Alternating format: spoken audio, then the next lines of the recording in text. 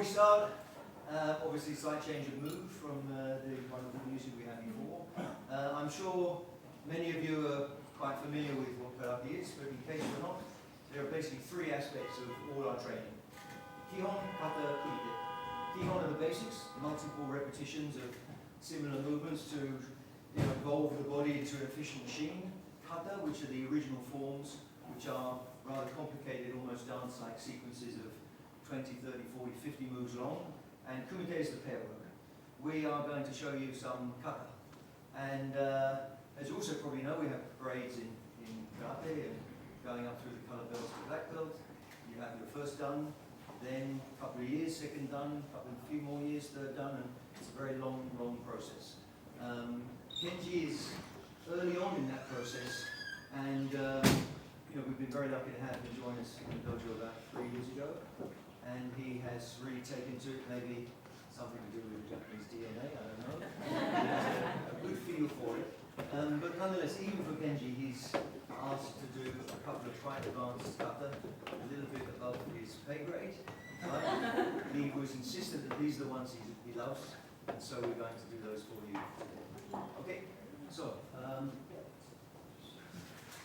if you can make a space.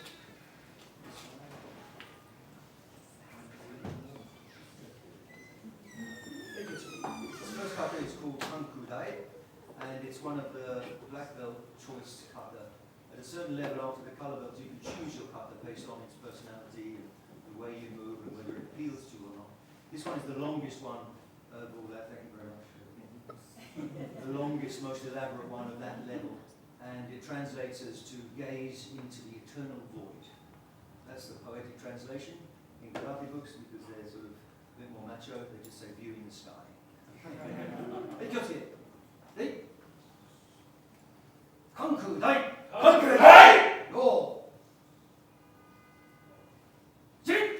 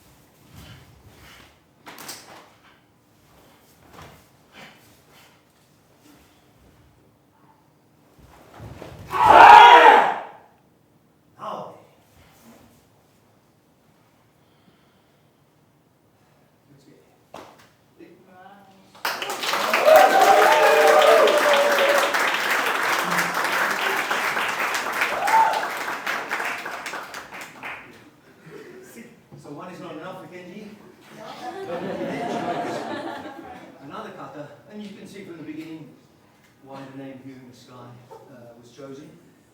And apparently, I've tested it, and you can fudge it a little bit, but when you do it in the beach, on the beach, in the sand, it supposedly spells out the character Moto. Moto means the root. So the kata we just did, quite an old one, and it's possible that the early kata that we do now for the color belt grades were all ripped from that kata in the late 19th century. So the root of the sort of basic structure that you go through for your color belts could come from that kata. Okay, the next one, a little tricky, much more advanced, and it's called Gankaku, which means basically, as you'll see, it represents the crane standing on the rock. Kyotsuke. Hey. Gankaku. Gankaku. Go.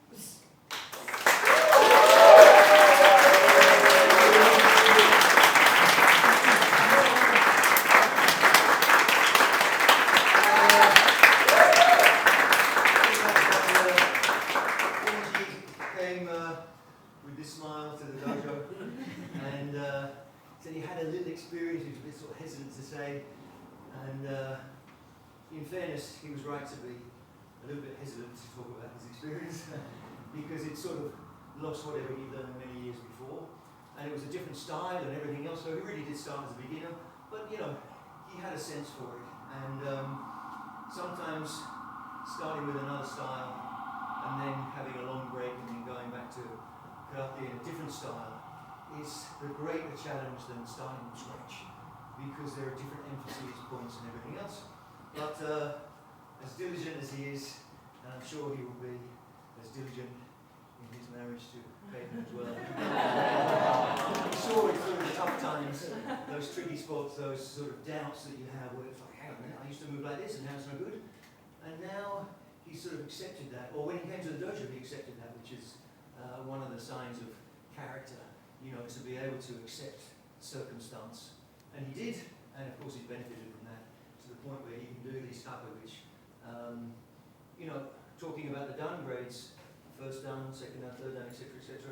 This kata is not usually practiced before about third dan, which is normally 15 to 20 years of practice. So I'm not saying he's ready for, you know, demonstrating for a very high dan, but he's grasped the essence of it, and so we're all happy to be able to support.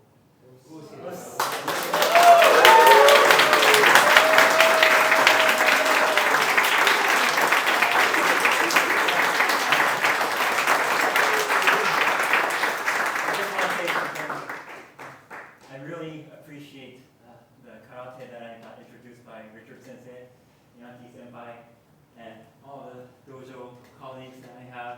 I'm blessed, and it made me really stronger, not only physically, but also mentally and spiritually.